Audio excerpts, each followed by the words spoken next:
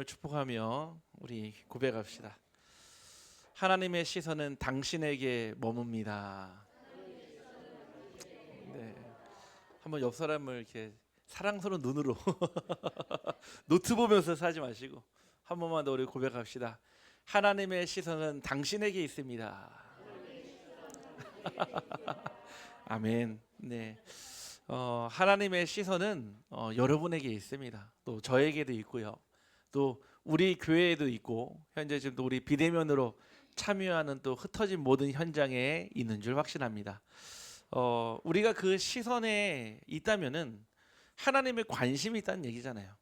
여러분들도 관심 있는 일이 있으면은 아마 굉장히 주의를 집중하고 또 시간을 내서 할 거예요.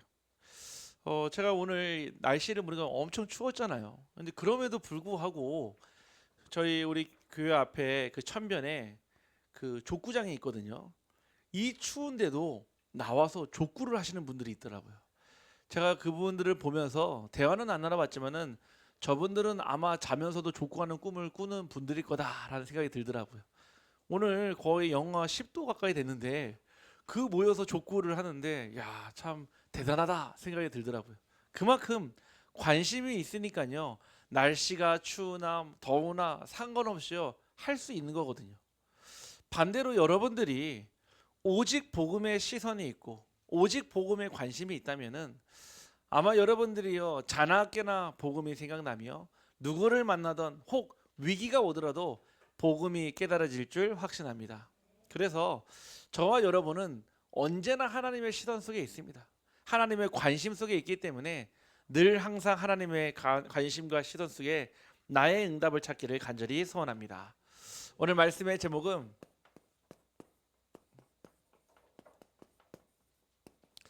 나의 중심 고백입니다.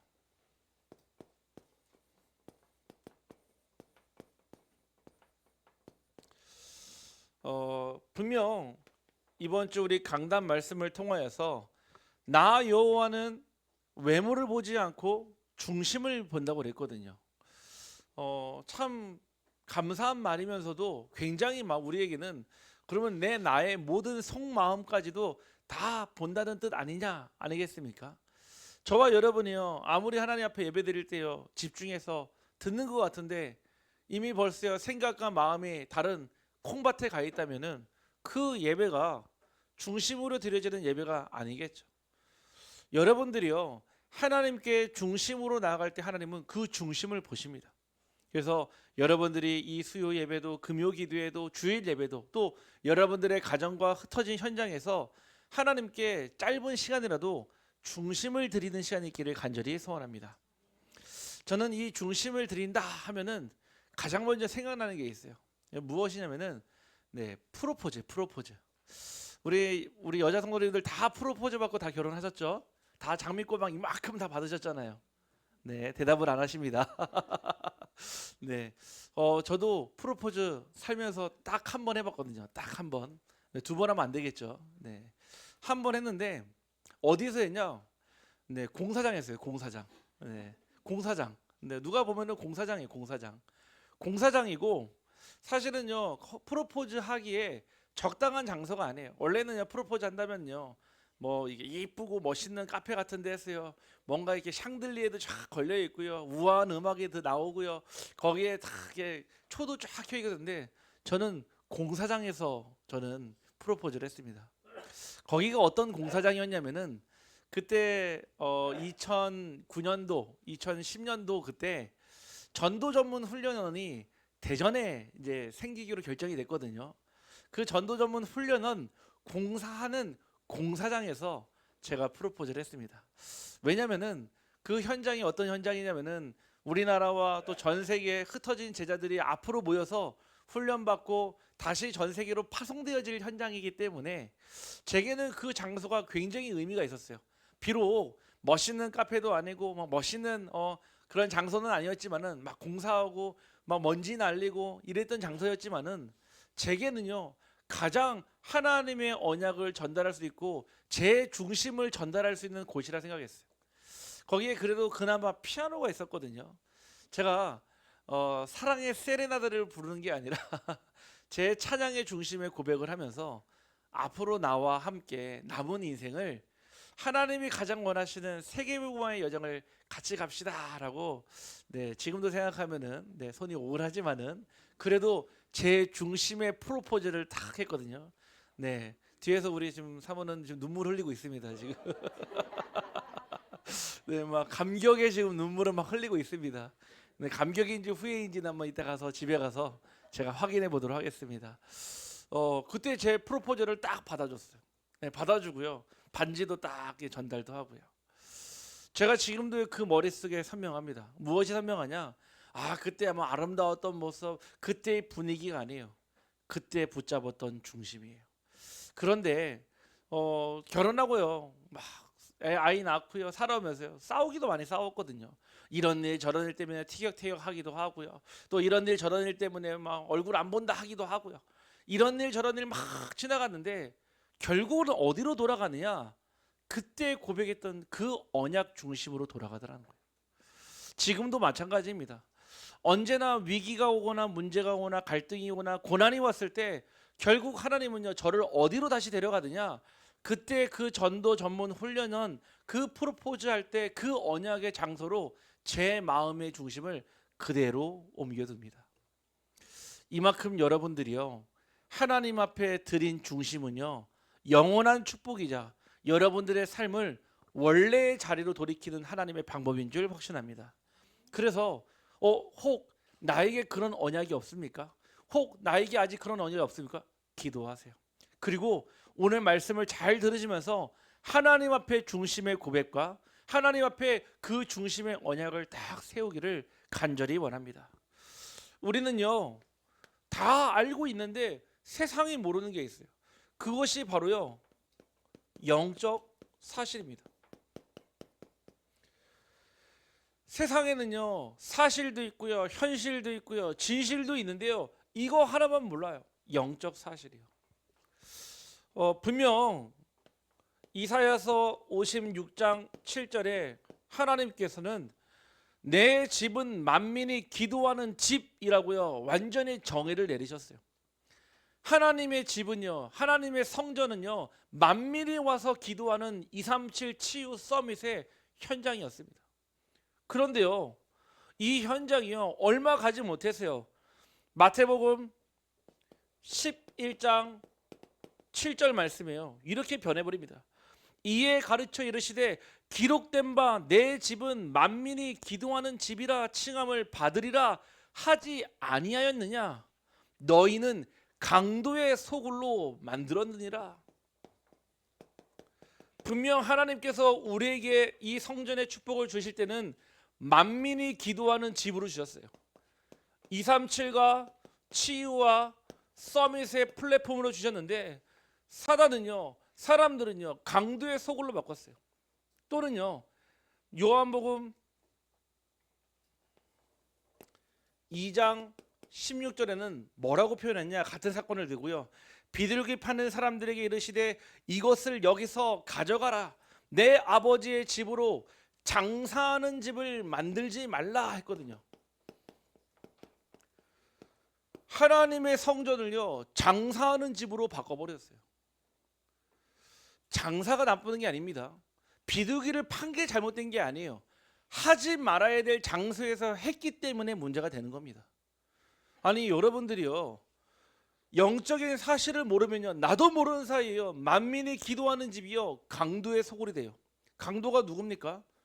이 사단 마귀 귀신이요 언제나 틈타서요 절대로 만민이 기도하는 집 되지 못하도록요 늘 항상 빼앗고 속이고 죽이고 멸망시키는 것, 그것이 돼버리는 거예요. 뿐만 아니라 세상의 사회의 경제 문화 이 모든 세상의 이념이요 하나님의 성전 속으로, 하나님의 성전은요 눈에 보이는 이 교회만 뜻하는 게 아니에요. 여러분의 몸도 여러분의 마음도 하나님의 성전이고 여러분들의 가정도 하나님의 성전입니다. 그곳이요 장사하는 집이 돼버렸어요. 장사는 무슨 뜻입니까? 이익이 발생되는 곳이에요. 장사는 무슨 곳입니까? 나의 이익만 추구하는 곳이요. 아니 장사하는데 누가 손해보면서 장사하는 사람이 있습니까? 한두 번이야 장사할 때 손해볼 수 있지만요 이윤을 추구하는 게 장사의 목적 아닙니까? 그렇잖아요. 아니 돈을 남기는 게 장사잖아요. 우리가 신앙생활을 해도요, 이윤을 추구하는 신앙생활을 한다 이거예요. 우리가 신앙생활을 해도요, 내게 유익만 남기는 신앙생활만 한다고 한다는 거예요. 이 영적 사실을요, 사단은 끊임없이 계속 바꿔져 나가고 있습니다. 그러니까요, 무엇이 나오냐면은 무리와 제자가요, 구별될 수밖에 없는 겁니다. 마가복음 11장 17절 말씀에 분명히 그랬잖아요. 분명히 내 집은 만민이 기도하는 집이라는데 강도의 소홀이 딱 됐거든요. 그러니까요, 뭐가 되냐면은 이 무리와 제자들이요, 딱 구별이 되는 시간표가 오는 거예요. 무리는요, 어쩔 수 없이요, 늘 항상 눈에 보이는 거에 따라가요. 어디에 따라갑니까? 사실과 현실 속에요, 늘 살아가요.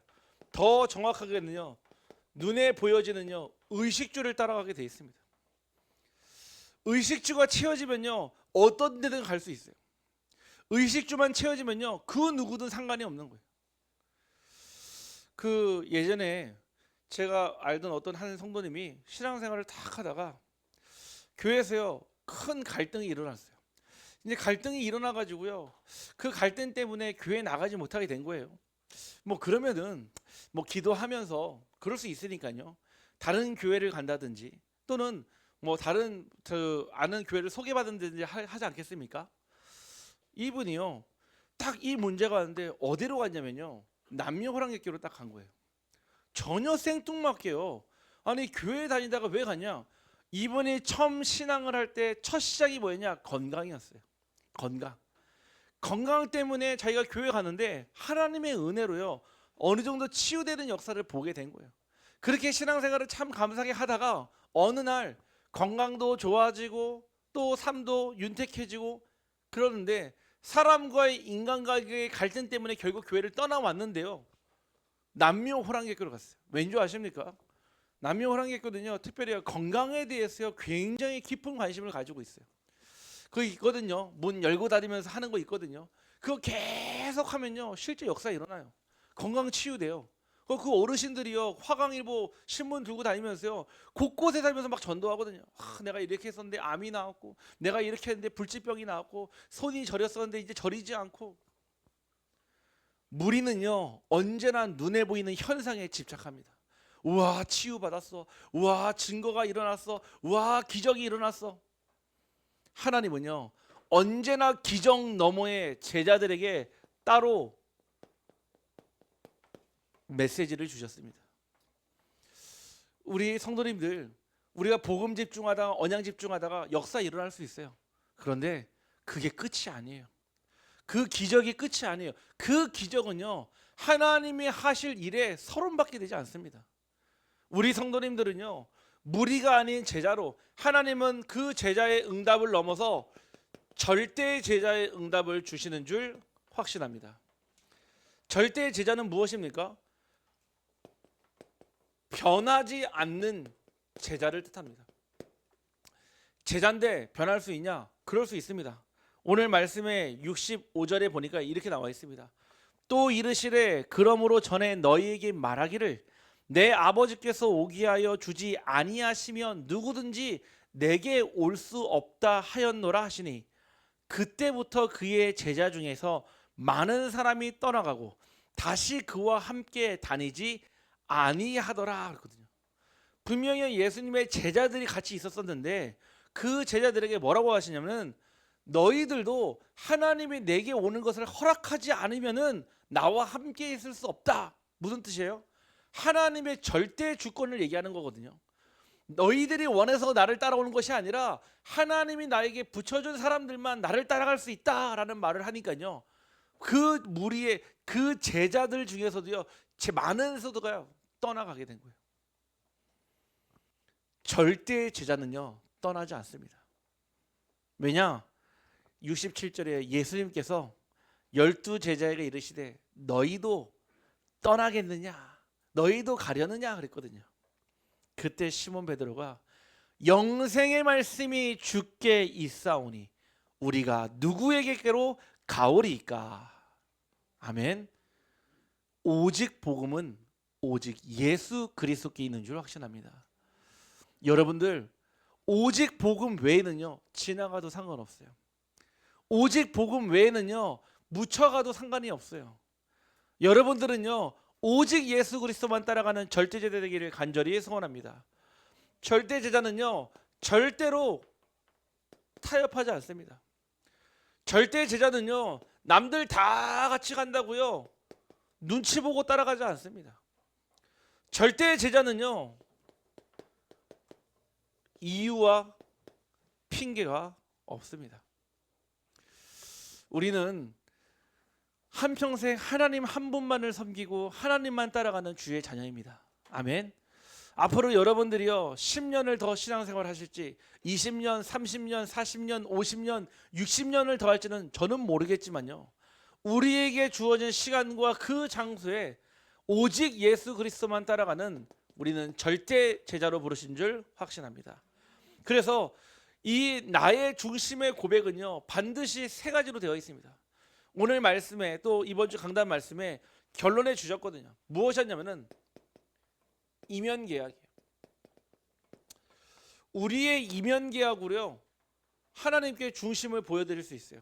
다른 말로 이면계약은요 아까 처음 말씀드린 프로포즈예요. 여러분들이 하나님께 하는 프로포즈와 마찬가지인 거예요. 아니 여러분들이 프로포즈 할 때 누가 건성으로 아니면은 가짜의 마음으로 하는 사람이 있습니까? 일생일대 가장 중요한 순간인데요.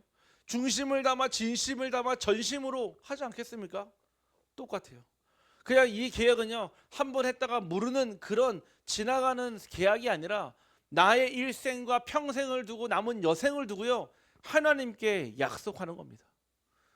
이 이면계약이 왜 우리의 중심이냐? 하나님은요 이 이면계약을 보시고 이 이면계약을 통해 역사하시기 때문에 그렇습니다. 분명히 그랬거든요.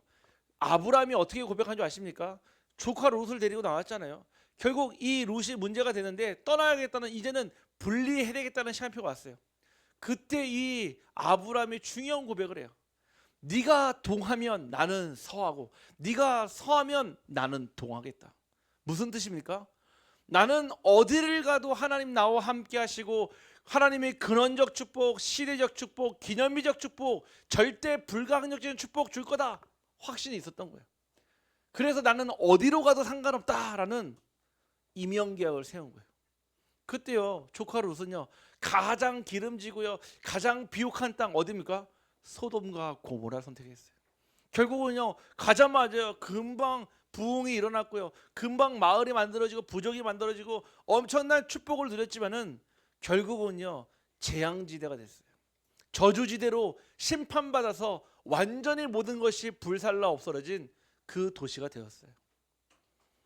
여러분들 하나님 앞에 중요한 순간에요 이면계약 세워야 돼요. 사람에게 세운 것이 아니라 아브라함의 조카 룻에게 고백한 것이 아니라 하나님께 고백한 겁니다. 또 누가 그랬습니까? 다니엘의 세 친구 사드락 메삭 아벳느고는요 당장 그 들판에서 느보신상에게 절하지 않는다니까요 죽이라고 명령했거든요. 심지어는요 이 풀무불을 7배나 더하니까요 불 높이로 갔던 사람이 타 죽었어요. 그 순간 들어가야 되는데 뭐라고 합니까? 우리는 들어간다고 해도 주의 천사가 와서 우리를 지킬 거야. 걱정하지 않습니다. 그리 아니하실지라도 우리는 저 우상 느보신상에게 절할 수 없습니다. 그 이면계약이요 결국 하나님이 그들을 지키시고 보호하셨어요. 이처럼요 여러분 인생의 이면계약과 그 중심의 고백은요 평생의 응답이 됩니다. 아니요 그 평생을 지나서 대대손손 자녀들에게 믿음의 귀감이 될 것이고요 그 자녀들이요 그 부모의 그 믿음을 기억하고 똑같은 순간이 왔을 때 똑같은 선택을 할 줄 확신합니다. 이 이면계약을 통해서 무엇을 주십니까? 바로 개인의 이면계약이 중요해요. 다른 사람의 이면계약은요 중요하지 않아요. 여러분 개인의 이면계약이 중요합니다. 여러분의 개인의 이면계약은요 가정의 이면계약으로 전달되기 때문에 그렇습니다. 사도행전 분명히 말씀에 뭐라고 나와 28장 31절 말씀에 어떤 말씀을 주셨죠? 하나님께서는 분명 사도행전 16장 31절 이 말씀을 주셨거든요. 너와 내 집이 구원을 얻으리라 그랬거든요. 분명히 개인을 부르실 때요, 가정과 가문을 함께 주셨어요. 여러분 가정과 가문을 딱 두고요, 개인이 언약을 딱 붙잡아야 돼요. 어떻게 여러분들의 시댁과 여러분들의 친정, 여러분들의 본가 살립니까? 여러분의 능력으로 해봤잖아요. 안 되잖아요. 불가능해요. 여러분들의 자리가요, 그렇게 할 수 있는 자리가 아니라니까요. 그런데 여러분들의 개인의 이명계약을 세우고 가정과 가문을 붙잡고 있으면요, 하나님의 여러분들의 개인의 언약을 통해 가정과 가문의 복의 근원으로 바꾸게 하실 줄 확신합니다. 그래서 한 사람이면 된다는 거예요. 요셉 한 사람 때문에 가정이 살아났어요. 가문이 살아났어요. 아니요, 민족이 살아났습니다. 여러분 한 사람 때문에 가정과 가문이 살아나고요, 앞으로 후대가 살아나야 되는데 무엇으로요? 이면 계약이에요. 여러분들에게 이 계약이 없는데요, 하나님 무엇을 보고 여러분을 믿습니까? 아니, 하나님이 여러분들을 축복하시려고 해요. 그러면은 여러분들이 뭔가 하나님 앞에 내세울 게 있어야 되지 않겠습니까? 그게 바로 이면 계약이라는 거예요. 중심의 고백만으로도 하나님은요, 기뻐하시며 그 고백으로 역사하신다 이 뜻입니다. 여러분들의 개인의 이면 계약과요, 또 여러분마다 다 하고 있는 업의 이면 계약이 있잖아요. 학업과 직업과 산업이 있거든요. 사도행전 18장 3절에서 4절 말씀이요, 생업이 같으므로 함께 살며 일을 하니 그 생업은 천막을 만드는 것이더라. 안식일마다 바울이 회당에서 강론하고 유대인과 헬라인을 권면하니라. 누구 얘기입니까? 브루스길라 아굴라예요. 이 브루스길라와 아굴라가요, 완전히 일이 없었어요. 왜? 쫓겨났잖아요. 로마에서 온 낙은 아닙니까? 모든 일을, 직장을 다 빼앗기고 나왔는데 누구를 만났습니까? 전도자 바울을 만났어요. 다시 얘기해서요, 쫄딱 망한 상태에서 전도자를 만난 거예요. 그런데 이 전도자를 만나니까요, 생업이 갖는 거예요. 그 바울은요, 길리기아 다소 출신이거든요. 그 길리기아 다소는요, 염소의 털로 텐트를 만드는 굉장히 큰 마을이었어요. 그 부모님도 다 그 일을 했을 거라 다 예측하고 있거든요. 그 일이 같으니까요, 같이 모여서 뭐 했죠? 함께 현장에서 일을 하면요, 안식일마다요, 하나님의 말씀으로요 훈련받고 집중되니까요, 무슨 일이 생겼습니까? 그 업을 통하여서 로마 복음화의 가장 큰 기틀을 마련하는 응답을 누리게 되었습니다. 여러분들이 하는 업이 왜 잘 안 됩니까? 여러분들 직장에서 왜 어려움 당합니까? 왜 우리 렘넌트들 학업 현장에서 왜 힘들어합니까? 나의 업이요, 하나님의 업과 하나님의 일과 아무 상관이 없기 때문에 그래요. 여러분들 작은 일이라도요, 하나님께 영광을 돌리는 일로 하게 되면 달라요. 여러분들이 아주 작은 일을 맡는다 하더라도요, 그 작은 일에 하나님의 영광이 나타날 때요, 하나님은 그 작은 일을 두고요, 큰 일을 맡기는 충성된 자로 여러분을 부르신 줄 확신합니다. 그래서 여러분들 기도하세요. 일할 때마다 하나님, 나의 이 업의 시간이 세계복음화의 시간이 되게 하여 주옵소서. 하나님, 나의 업의 경제가 세계복음화의 빛의 경제에 쓰임받는 업이 되게 하여 주옵소서. 여러분들의 업의 현장이요, 세계복음화의 현장이 되어야 돼요. 나의 업과 전도와 아무 상관이 없다, 사실은 이 경제에 빠집니다. 어딨죠? 그냥 먹고 사는 정도에 만족될 수밖에 없어요. 이거는요, 여러분들에게 막 야근을 하고요, 특근을 하고 돈을 더 많이 버세요, 이 얘기가 아니에요. 하나님이 주시는 빛의 경제의 시스템으로 들어가라 이 뜻인 거예요. 세 번째는요, 여러분들이요 반드시 하나님의 자녀라면요, 전도의 이면 계약을 세워야 합니다. 로마서 16장 3절에서 4절 말씀이에요. 너희는 그리스도 예수 안에서 나의 동역자들인 브루스가와 아굴라에게 문안하라. 그들은 내 목숨을 위하여 자기들의 목까지도 내놓았나니 나뿐 아니라 이방인의 모든 교회도 그들에게 감사하느니라. 이 브루스길라와 아굴라가요, 업의 임용계약만 세운 게 아니라 전도자를 위하여 목까지도 내놓는 임연계약을 세웠습니다. 실제로 목을 내놓냐? 내놓지는 않았어요. 내놓을 이유가 없죠. 그런데 하나님 무엇을 받으셨죠? 브루스길라 아굴라의 목을 받으신 게 아니라 중심을 받으셨다 이 얘기예요. 여러분들이요, 진짜 중요한 순간이에요. 하나님이 여러분들의 그 중심을 들으시고 그 고백으로 하나님의 일을 하실 때가 있어요. 이거는요 그냥 하나님께 립 서비스로 하는 고백이 아니에요. 아니 우리가 정말 중요한 순간에 말을 할 때 아무 말이나 막 하는 사람이 있습니까? 없어요. 정말 중요한 말을요 정리해 가지고요 정확하게 전달하지 않겠습니까? 어제 저희 이제 둘째 아이가 쓰고 있는 스마트폰이 있는데 참 신기하죠. 이게 스마트폰 딱 쓰다가 우리 전도사님하고 이렇게 전화 통화하고 끝났는데 핸드폰이 망가진 거라. 신기하더라. 전화 통화가 끝나는데 핸드폰 화면이 안 나오는 거예요. 그럼 화면이 안 나오니까 사용할 수가 없잖아요. 그래서 이제 어제 이제 저한테도 가져와 가지고 몇십 분 동안 들여봤는데 안 되는 거예요. 결국 이제 사망 판정을 받았죠. 그러니까 핸드폰 기능은 되는데 화면이 안 나오는 거예요. 그러면서 저는 이제 그 자리에 없었었는데 저희 사모한테 저희 세빈이가 이런 얘기를 하더라고요. 왜 나한테만 이런 일이 일어나는 거냐? 왜 엄마 나한테만 이런 일이 일어나요? 엄마 왜 나한테는만 왜 자꾸 이렇게 안 좋은 일이 일어나? 이렇게 얘기를 하는 거예요. 자꾸 뭐 망가지고 없어지고 뭐 또 이렇게 하니까요.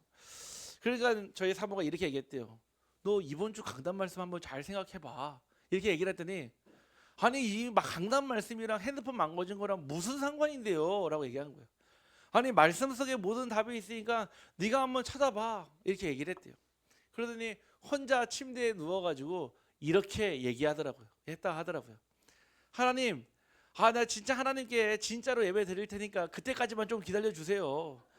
내가 하나님께 진짜로 예배 드릴 그때가 올 거니까 조금만 기다려 주세요. 이것 좀 해결해 주세요. 이렇게 얘기하더라는 거예요. 이게 무슨 얘기냐? 지금까지 가짜로 예배를 드렸다는 거예요. 네, 제가 그 얘기를 딱 듣고 나서 그래. 저 아이가 문제가 오니까 그 뭐 우리가 생각하는 큰 문제는 아니잖아요. 근데 아이 입장에서는 큰 문제거든요. 근데 이런 문제가 비일비재 자주 일어나니까 왜 나한테만 자꾸 이런 문제가 일어나지? 왜 나한테만 자꾸 안 좋은 일이 일어나지? 알고 있던 거예요. 무엇을 알고 있습니까? 나의 이명계약을. 분명 예배 자리 때 예배 안 드린 거 저도 알고 있거든요. 왜냐? 노트를 안 가져와요. 노트가 집에 없어진 지 한 달이 넘었거든요. 어디 있는지도 몰라요 지금요. 말씀 정리 안 하죠. 말씀 안 듣죠. 말씀 포럼 안 되죠. 부모들 입장에서 한두 번은 얘기해도요 계속 얘기하면은 혹여 이게 잔소리로 들릴까봐 말씀이 안 들릴까봐 얘기 안 하고 끝까지 기다리는데요. 어제 딱 그 고백을 하더라고요. 진짜로 예배 드릴 거니까 하나님 좀만 기다려 주세요. 이렇게 얘기하더라고요. 오늘 이 자리에 진짜로 예배 드리는 우리 성도님만 모이지 확신합니다. 네, 가짜로 예배 드리면 여러분 핸드폰이 갑자기 안 나올 수도 있어요. 네, 그러기 전에 여러분들 진짜로 하나님께 중심을 드리는 예배 드리기를 간절히 소원합니다. 우리의 이면 계약이 분명히 하나님의 주신 중심이고 우리의 중심이며, 두 번째는요 여러분들이 지속하는 게 바로 중심을 보여드리고 드리는 겁니다. 결국 이 지속할 수 있는 거는요 바로 시스템이에요. 시스템. 이 시스템은요 되어지는 축복이에요. 아니 여러분들이 이 시스템을 하면은 어렵게 생각하는 게 아니라 간단해요. 여러분들이 주일 오전 11시 딱 되면 어디 와 있죠? 교회에 와 있어요. 그게 시스템이에요. 주어진 시간과 장소에 무엇을 해야 될지 아는 것이 시스템이에요. 수요일 날 7시 반이다. 예배 드리러 오는 시스템이에요. 그렇죠? 여러분들이요 나의 삶을 지속할 수 있는 이 시스템이 반드시 필요해요. 어떤 시스템이 있냐면요, 첫 번째는요 빛의 성전 시스템이 있습니다. 그냥 성전이 아니라 빛을 발하고 빛을 전달하는 빛의 성전 시스템은요 무엇을 통하여? 오직 복음을 통하여서 세워지게 됩니다. 절대 타협하지 않은 오직 복음. 제가 이번 주 월요일 날 우리 성도님들 기도해 주셔가지고 그 교도소에 다녀왔거든요. 가는데요 그 교육하러 들어간 데까지요 무려 자물쇠가요 8개가 잠겨 있어요. 8번 통문을 통과해서 들어가야지만이 만날 수 있는 거예요. 정말로 신기한 거는요 진짜 성경 말씀 그대로요 그 상태가 그대로 똑같이요 복붙 아시죠? 컨트롤 C에서 컨트롤 V 딱 돼 있더라고요. 왜냐? 거기는 감출 수 있는 현장이 아니잖아요. 다 드러나 있어요. 자기의 전과도, 자기의 과거도, 자기의 삶도, 모든 것이 감출 수 없는 완전히 드러난 현장이에요. 제가 쭉 만나서 상담하는데 단 한 명도 빠짐없이요 마귀의 12가지 문제에서 벗어난 적이 없어요. 한 번도 벗어난 적이 없어요. 제가 그분들에게요 인생을 두고요. 정말로 이 포럼을 나누고 대화를 나누는데요. 어떤 분은요, 나중에 이런 얘기, 나중에 나가서 도움 받고 싶다 이 얘기 하더라고요. 자기가 이제 출소가 얼마 안 남았는데 두렵대요. 원래 출소 날이 기다려져야 되잖아요. 왜? 자유함이 있으니까요. 아니요, 두렵대요. 다시 또 마약하게 될까봐. 다시 또 이 마약 앞에 좌절해서 또 들어올까봐 그게 너무나 무섭고 두렵대요. 여러분들이요, 하나님이 여러분들을 빛의 성전으로 부르셨습니다. 이 빛의 성전은요, 오직 복음 아니면 안 되는 시스템으로 하나님이 만드신 줄 확신합니다. 여러분들에게요, 하나님께서 빛의 경제 시스템을 주기를 원해요. 빛의 경제 시스템은 무엇입니까? 여러분들이요, 정말 기도하면서요, 준비해서 하나님께 드리는 헌금이에요. 헌금은요, 많고 적고의 차이가 아니에요. 하나님은요, 헌금 많이 나는 사람 많이 응답하시냐? 그런 말 성경에 나온 적이 없어요. 그러면 헌금 조금 내면은 축복 조금 주시냐? 그런 말도 성경에 나온 적이 없어요. 뭐라고 했냐? 온전한 헌금이라고 했습니다. 온전한 헌금, 온전한 11조, 온전한 감사헌금, 온전한 선교헌금, 온전한 건축헌금. 여러분들의 빛의 경제 시스템은요, 결국 헌금으로부터 나옵니다. 저는요, 산업인으로 있으면서요, 제가 헌금 생활을 하기 전과 비포와 애프터가 정확해요. 너무나 정확해요. 우리 교회 어떤 성도님께서요, 제게 그런 얘기 하더라고요. 목사님, 저는요 11조 헌금은요 반드시 합니다 하더라고요. 아, 그래요? 사실은요, 거기에서요 세금도 떼야 되고요, 기름값도 떼야 되고, 뭐도 떼고 해서 사실은 수익의 10분의 1만 드려야 되는데, 자기는 그 헌금에 대한 의미를 알고 축복을 알기 때문에요, 전체 총 토탈 수입의 10분의 1을 하나님께 드린다는 거예요. 그런데 한 번도 하나님께서 나를 굶기신 적도 없고, 하나님 한 번도 나를 일을 빠뜨린 적도 없고, 하나님 한 번도 나를 공경에 처한 적이 없다고 하셨어요. 저는요, 그 말을 들으면서 저는 공감합니다. 왜냐? 저 역시도 그 응답을 받고 지금도 그 응답을 누리고 있기 때문에요. 여러분들에게요, 헌금 많이 내세요, 그 얘기가 아니에요. 하나님 앞에요, 빛의 경제 시스템을 세우는 그 헌금 회복하기를 간절히 소원합니다. 많이 내고 적게 내고의 문제가 아니에요. 온전한 중심을 드리는 그 헌금. 그래서 저는요, 확실하게 말할 수 있어요. 제게는 증거가 있으니까요. 확실한 증거가 있으니까요. 여러분들 정말 하나님께 오죽 뭐랬으면 하나님이 11조 헌금을 두고요, 나를 시험해 보라까지 했어요. 내가 너희를 얼마나 축복하는지 한번 너희가 나를 한번 테스트해 보라까지 했거든요. 오늘 우리 사랑하는 우리 모든 성도님들, 빛의 경제 시스템이 세워지기를 간절히 소원합니다. 마지막, 이 빛의 이정표의 시스템이 있습니다. 이 빛의 이정표는 무엇입니까? 바로 제자입니다. 그냥 제자가 아니라 절대 제자입니다. 하나님은요, 여러분들 만나는 가정마다 현장마다 무엇을 예비하시냐? 절대 제자를 예비하셨어요. 아니요, 제가 이번에 쭉저 여주로 막 청송으로 막 가는데, 예배 부탁 받은 곳이요, 충북 보은이에요. 보은으로 이제 예배를 부탁 받아서 이제 가는데 막 차 많이 막히더라고요. 근데 예배를 집 주인 우리 그 장로님이요, 예배를 이제 부탁을 받았는데, 예배 바로 그 전전날에요, 폐렴으로요 갑자기 입원하게 되신 거예요. 갑자기 입원하게 되니까요, 그 예배를 드려야 되는지 말아야 되는지 저게 되잖아요. 그래도 끝까지 예배 드리겠다고 했어요. 결국 그 충북 보은에 가가지고요, 심지어는 저희 교회도 아니에요, 우리 교회 영상을 보고요, 연락 오셔가지고 저희 집에도 예배 드려주세요 해가지고 찾아간, 저도 난생 처음으로 간 집이었어요. 예배 딱 드리는데요, 진짜 신기하죠.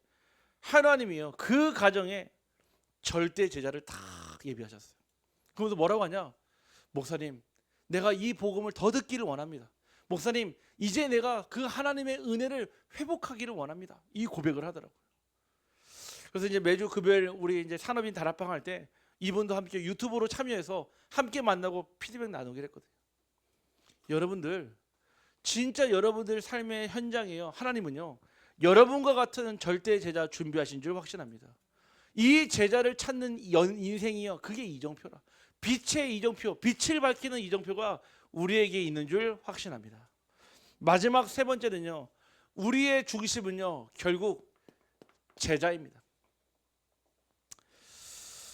누가복음 14장에 보면요 제자의 조건에 대해서 나옵니다. 26절에서 27절에요. 제가 한번 읽어보겠습니다. 무릇 내게 오는 자가 자기 부모와 처자와 형제와 자매와 더욱이 자기 목숨까지 미워하지 아니하면 능히 내 제자가 되지 못하고 누구든지 자기 십자가를 지고 나를 따르지 않는 자도 능히 내 제자가 되지 못하리라 했거든요. 그러면은 여기 있는 문맥 그대로 부모도 버리고 처자도 버리고 형제도 버리고 자매도 버리고 내 목숨도 그냥 버리고 따라가는 게 무조건 제자냐? 말 그렇잖아요. 무슨 뜻입니까? 하나님은 여러분들이 모든 거 다 버리고 나만 바라봐 이 얘기가 아니에요. 내 안에 모든 것이 다 있다라는 뜻이에요. 그러니까 나만 바라봐, 나만 따라와라는 뜻인 거예요. 그거 다 버려두고 오라는 얘기는 나에게 모든 걸 믿고 맡기라 이 뜻인 거예요. 마태복음 11장 28절 말씀에 분명 수고하고 무거운 짐진 자들아 다 내게로 오라 내가 너희를 쉬게 하리라. 여러분들 그리스도 안에 모든 게 다 있어요. 우리 한번 옆 사람을 축복하며 인사합시다. 그리스도가 전부입니다. 네, 그리스도가 전부예요. 그리스도 안에 모든 게 다 들어가 있어요. 여러분들의 가정, 여러분들의 후대, 여러분들의 남편, 여러분들의 부모, 여러분들의 자녀, 여러분들의 미래, 여러분들의 고민까지, 여러분의 삶의 그 작은 부분도요 다 그리스도께 있단 말이에요. 그래서요 그 그리스도께 완전히 올인할 때 하나님은 그 모든 것을 너희에게 더하시리라 말씀하셨잖아요. 여러분들 반드시 기억하십시오. 제자는요 오직 그리스도께만 올인하는 사람입니다. 아멘. 33절 34절 말씀이에요. 또 이렇게 말씀합니다. 이와 같이 너희 중에 누구든지 자기의 모든 소유를 버리지 아니하면 능히 내 제자가 되지 못하리라. 소금이 좋은 것이나 소금도 만일 그 맛을 잃으면 무엇으로 짜게 하리요. 여러분들이 하나님의 그리스도의 제자예요. 오직 복음의 맛을 내지 못하면요 여러분들이요 소금의 맛을 잃어버리면 모래 아닙니까? 모래는 버리는 게 맞잖아요.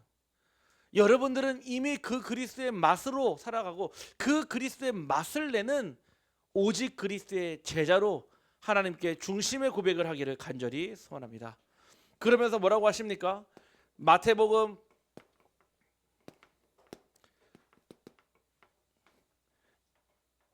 28장 19절 말씀에 분명히 이렇게 말씀하십니다. 그러므로 너희는 가서 모든 민족을 제자로 삼아 아버지와 아들과 성령의 이름으로 세례를 베풀고. 우리가 세워야 될 이 제자의 현장은 237 5천 종족의 현장입니다. 그래서 저와 여러분이요 이제는 나의 수준을요 빨리 업그레이드 해야 돼요. 우리가 이 정도 안동 수준으로는 절대 안동 못 살립니다. 안동 수준을 넘어서서요 경북 수준을 넘어서서요 우리가 237 5천 종족의 수준으로요 지역을 바라보고 교회를 바라보고 현장을 바라봐야 돼요. 우리의 중심이요 중심은 제한될 게 없잖아요. 우리의 삶의 모습은 제한될 수 있어도요 우리의 중심은 제한될 수 없어요. 고백하세요. 하나님, 나는 세계복음할 하나님의 자녀입니다. 하나님, 우리 딸은 세계복음할 하나님의 딸입니다. 왜 고백 못합니까? 우리의 중심의 고백인데요.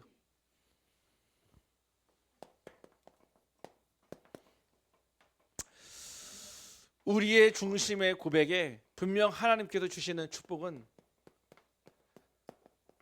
세 가지의 뜰로 나타날 것입니다. 특별히 우리 교회는요 하나님께서 분명하게 부르신 목적이 있어요. 제가 우리 교회를요 1년 동안요 같이 있어보면서요 또 하나님께서 하시는 일들을 보면서요 제가 확인된 게 있어요. 무엇이냐? 드디어 하나님의 응답의 역사의 그 물의 흐름이 이 안동으로 어디로요? 빛으로 교회로 들어왔다. 아멘. 우리가 그런 말 있지 않습니까? 물 들어올 때 뭐 하라고요? 노 저으라고. 노 안 젓는 사람이 있습니까 지금? 하나님이요 영적 흐름이 바뀌는 시스템이 바뀌었어요 지금요. 제가 어떻게 확인하냐? 제가요 지금 막 전국을 다니면서요 막 전도 운동하고 또 많은 사람들 만나잖아요. 하나님이요 지금 안동으로요 많은 역사와 응답들을요 지금 옮기고 있어요. 계속요. 어제 저희 신학교 교수님이 이런 얘기 하더라고요. 잠깐 그 학교 가서 잠깐 얼굴 뵙고 인사하는데 안동 비치로 교회는 부흥될 수밖에 없대요. 제가 왜 아유 감사합니다. 그러니까 아예 내가 그냥 한 목사 축복 받으라 이 말하는 게 아니라 축복 받을 수밖에 없고 부흥될 수밖에 없대요. 왜냐?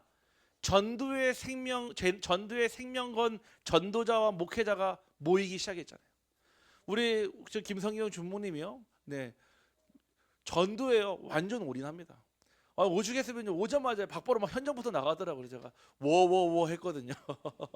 아니 우리 윤창현 전사님이요. 이번에 왔지만은 여기 올 저기가 아니에요. 전도 때문에요. 그거 하나 바라보고 여기 왔어요. 그거 하나 보고요. 이번에 우리 성경 주무님 우리 이사했는데 아버님 오셨거든요. 그래서 잠깐 인사드리고 만났는데요. 그 아버지도 전도자라. 전도 아니면 안 된다는 거. 제가 그 탁 포럼 들으면서 부전자전이구나. 심지어 어머니 사모님도요. 모전자전이라. 왜냐하면 아버님도 목사님이니까요. 사실은 아들이 본인 교회 와서 하면 얼마나 더 좋겠습니까? 그런데 아니라는 거예요. 전도 현장에서 더 전도 훈련 받고 2, 3, 7, 5천 정도 살릴 5기 초에 증인돼서 오라고요. 딱 고백하시더라고요.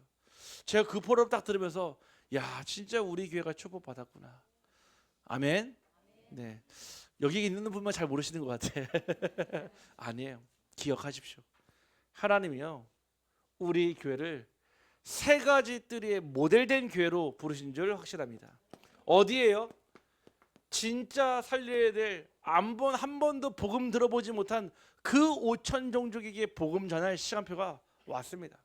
우리 교회는요 묵상 운동의 주역으로 부르셨습니다. 묵상 운동이 무엇입니까? 기도 운동이에요. 이번 우리 올해 강단의 원단의 말씀처럼요. 만민이 기도하는 집. 왜 만민이라는 말을 썼을까요? 그냥 너희는 기도하는 집이라 우리는 기도하는 집이라 했을 때 만민이라고 했어요. 만민이요. 5천 종족이 와서요. 마음껏 묵상할 수 있다. 운동할 수 있는 세 가지의 뜰이다 이 뜻입니다.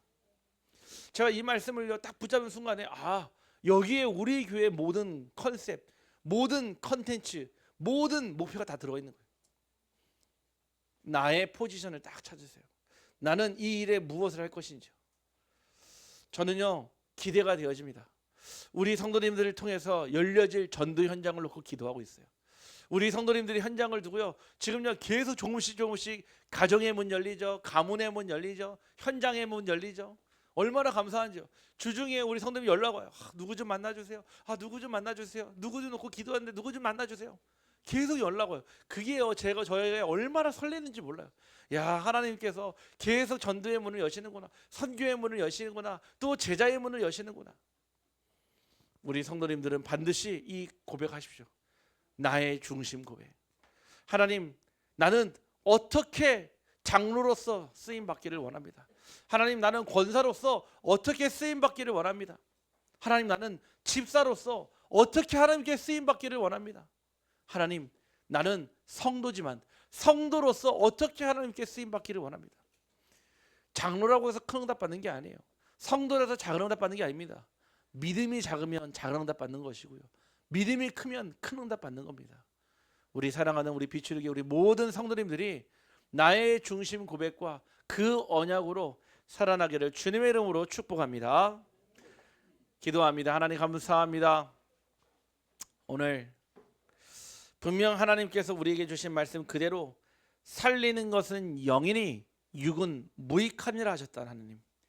하나님의 말씀으로 말미암아 영생의 말씀이 이곳에 있사오니 모든 성도들이 영생의 말씀으로 살아나는 힘이 생기게 하시고 회복되는 힘이 생기게 하시고 전달되는 힘이 있게 하시고 부흥되는 힘이 있게 하여 주옵소서. 하나님 이 일에 생명건 목회자와 부교육자들과 중직자와 성도들이 한 팀이 되어서 렘넌트와 시대와 미래 살리는 언약으로 우리 교회가 지역의 영원한 그리스도의 빛을 발하는 절대 망대가 되게 하여 주옵소서. 예수 그리스도 이름으로 기도하옵나이다.